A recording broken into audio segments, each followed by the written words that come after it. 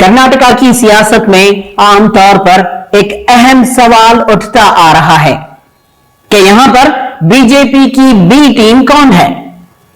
जैसे ही इलेक्शंस आते हैं, कांग्रेस पार्टी दूसरी सभी पार्टियों को बीजेपी की बी टीम बुलाना शुरू करती है। असल में बीजेपी की बी टीम है कौन? 2018 में सेक्युलर गवर्नमेंट को किस किसने बनाया और 2019 में उसी सेक्युलर गवर्नमेंट को गिराया किसने? जहां पर 17 एमएलएज बीजेपी में शामिल हो गए, उनमें से 14 एमएलएज कांग्रेस ही के तो थे। आखिर ये 14 एमएलएज किसके खास लोग थे? तो आखिर बीजेपी की बी टीम है कौन?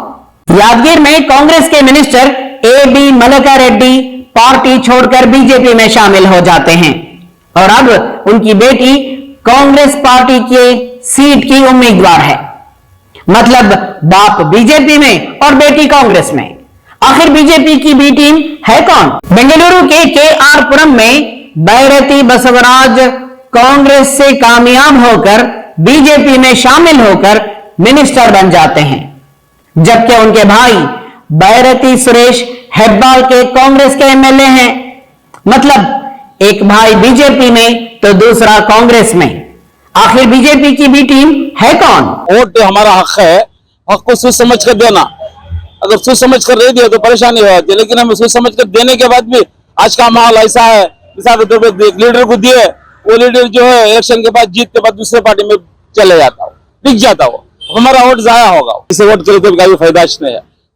मिसाल के तौर पर कांग्रेस को करे तो उन्हें बीजेपी में चल जाता, बीजेपी को करे तो उन्हें कांग्रेस में चल जाता।